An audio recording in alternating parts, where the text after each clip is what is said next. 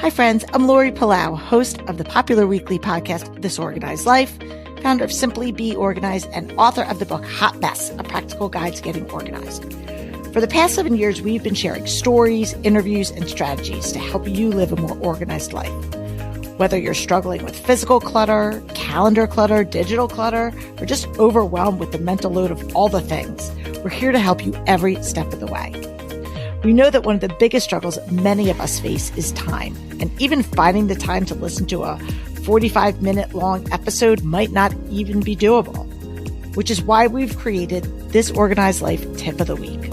These short episodes are designed to give you a little boost to start your week off on the right foot in under 15 minutes. This might be something that I'm doing in my personal life that I wanted to share, a tip that someone shared with me that I want to pass along to you, or maybe it might just be a prompt or story to help you think differently about the true meaning of clutter. New episodes of our Tip of the Week are automatically going to show up in your podcast feed on Mondays, and our regular long-form episodes will continue to drop each and every Thursday. Now, if you're new here, make sure to click the subscribe or follow button for instant access to all of our 300 plus past episodes. And if you're already subscribed to TOL, there's nothing that you need to do. Our bonus episodes should already be in your feed. Regardless of whether you just found us or you're one of our OG listeners, I am so happy that you're here. Now, let's get to it. Hey guys, welcome back to another episode of this Organized Life podcast's Tip of the Week. I am so glad that you're here.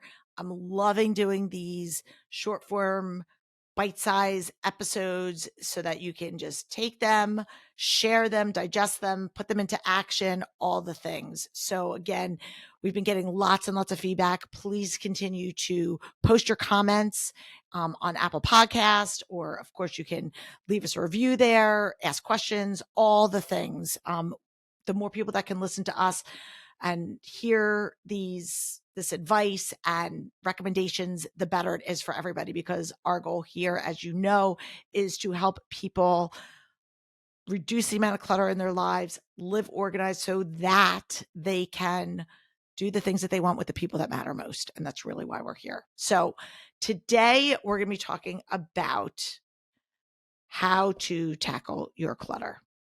And it's a big topic. Again, this is why we started this show in the first place back in 2017, is to help give people these actionable strategies for getting rid of clutter that is impacting negatively their lives, their homes, their relationships.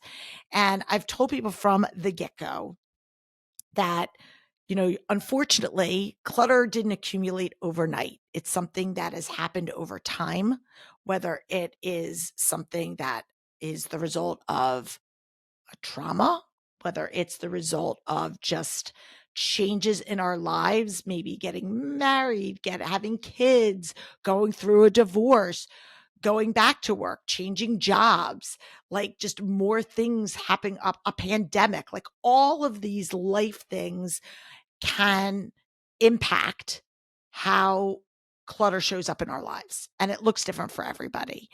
But the one thing that I tell people is that expecting it to just go away by waving a magic wand is just going to be an unhealthy losing battle for yourself.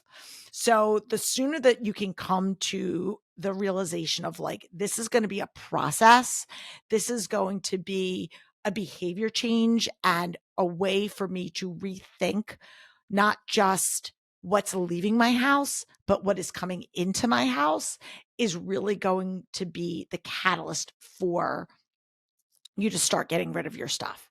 And so there's this old saying called or joke, whatever. It says, how do you eat an elephant? And the answer is one bite at a time. And as cliche as it sounds, that's really how we approach clutter. Is when I talk to somebody, especially when somebody is overwhelmed with clutter in multiple areas of their lives, not just in one spot, like I just need to organize my, mud room or my entryway or my garage. That's an isolated thing. Very rarely is it isolated. For most people, clutter is something that rears its ugly head in multiple areas of their lives. And so it's what I call that death by a thousand cuts. It's not the one thing, it's the million little things that add up till then there's a catalyst, and finally the closet rod comes falling down, or the stack of papers falls over. Those are the things that are like, okay, this has been an ongoing problem and now it's just kind of exploded.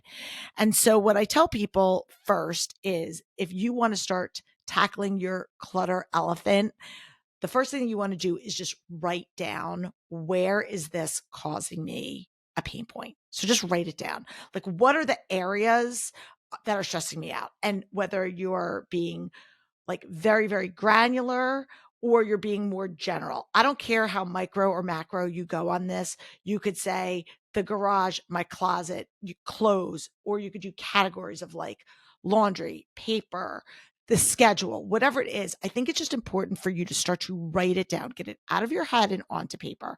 That is the first kind of step that you're going to want to take. And then you're going to want to prioritize which is going to have the biggest impact, which is my biggest pain point, and what is going to have the biggest impact for me. And there's a couple different schools of thought where some people will say, you want to start small, start in a small area. Other people will say, you know what, you could tackle the areas that are, even if it's really big. I like to personally get wins under my belt.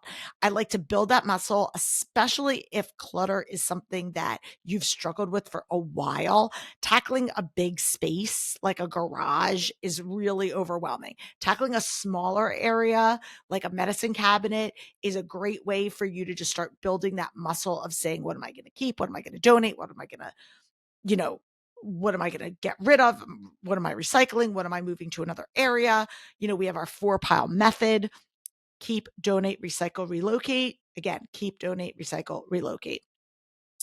And just building that muscle in a small area so that you can feel the momentum, I think is great. Last week, we talked about me doing a monthly budget. And one of the things with the Ramsey plan that I follow is talking about what they call the debt snowball.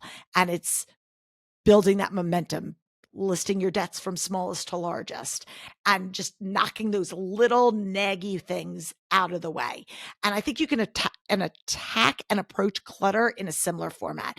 I think if you've got these like little things that are just kind of in your way and are a nuisance, just get them done. The more you can get them done, because sometimes, and that could mean phone calls, that could mean just that, again, that drop zone where you walk in the door.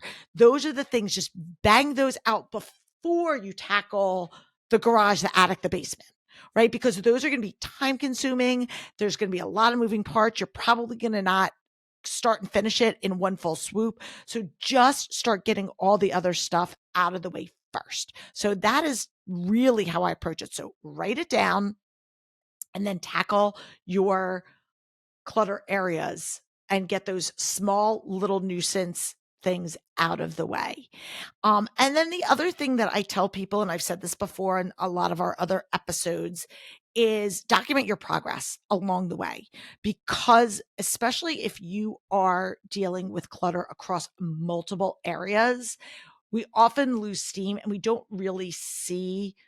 take the time to really like see how the progress that we've made. But if you actually have like evidence in a picture of what this space looked like before, and then you go back and look at it, just like you would if you went through a weight transformation and looked at kind of a before and after picture. A lot of times, when you're looking in the mirror every day, you don't see it. But then when you're like, wow, this is where I was 6 months ago, and here's where I am now with the discipline and the ongoing intentionality, look at the progress I've made. And so I really like to take a look at those kind of before pictures of your spot to remind you how far you've come. So again, the 3 things for eating an elephant: write it down, kind of list your clutter spaces from smallest to largest and what your biggest pain point is, but work towards that. And then third, take pictures along the way so that you can look back and be reminded and hopefully inspired of how far you've come and where you don't want to go back to. So those are my 3 tips for how to eat an elephant, a clutter elephant. I'll be back on Thursday with another episode of this Organized Life podcast, and again on Monday with our tip of the week. So if you know somebody who might benefit from this episode, make sure to click the share button, send it out to your friends in a text, email, social media, whatever, so that somebody else who might need to hear this can listen. Until next week, I'm Lori Palau. Peace out.